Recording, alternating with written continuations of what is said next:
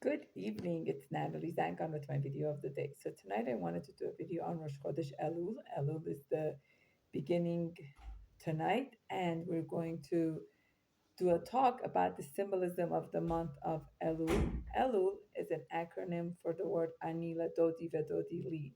And Elul is when Slichot starts happening, and we're going to be celebrating the Chagim, and it's a very, very symbolic time for Bnei Israel. And we say that Elul Hashem is the closest to us.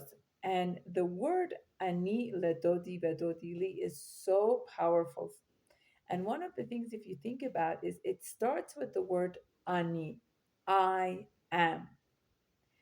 If you think about it, what is it trying to teach you? What is it telling us about the concept of love, beloved, being close to God? It starts with the word Ani.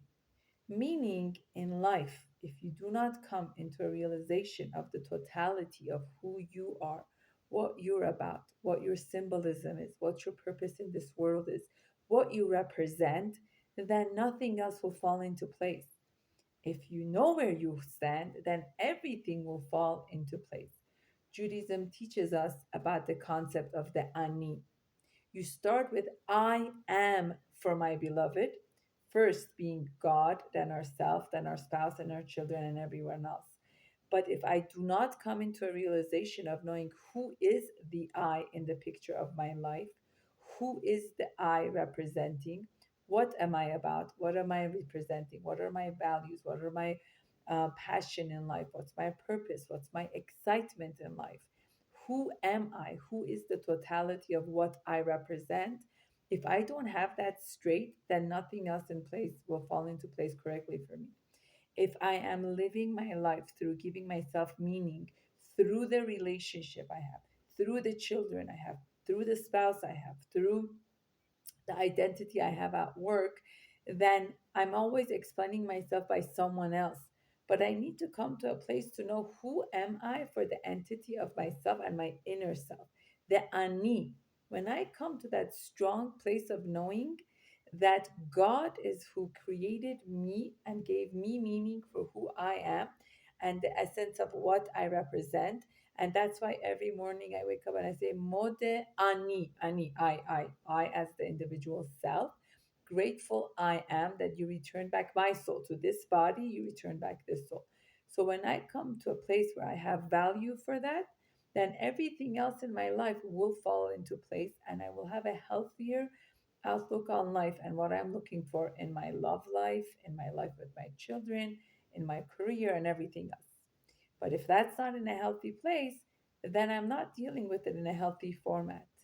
And a lot of hurt and pain that happens in a lot of relationships comes from this misconception of what we think a relationship with a husband is supposed to represent for us, a relationship with our children is supposed to represent for us, a relationship with our extended family and friends is supposed to represent for us.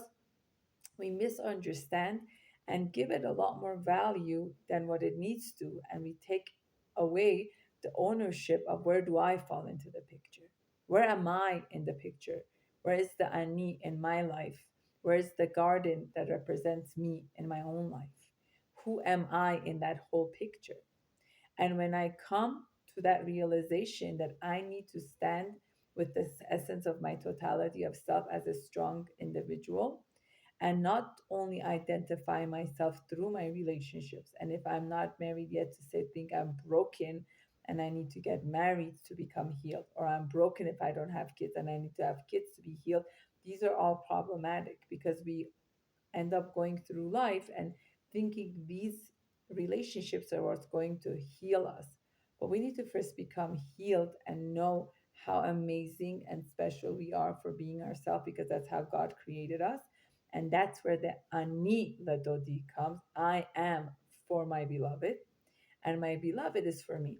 And also in Judaism, the ahavta larecha kamocha again teaches us you need to love your fellow as yourself. So if you don't love yourself and you don't know what you're about, how are you going to even love anyone else?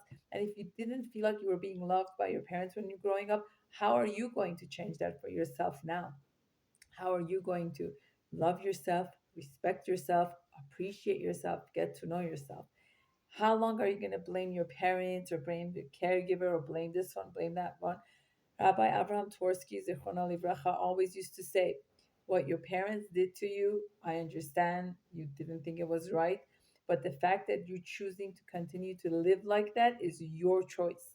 And you're the one that needs to work on changing that if it wasn't what you wanted to be raised like. So you need to be the change for the new beginning. So as the month of Elul is starting tonight, I pray upon to Hashem for all of us to learn about the power of the ani and the value that we need to give ourselves and that appreciation we owe to ourselves because God created all of us for a special reason.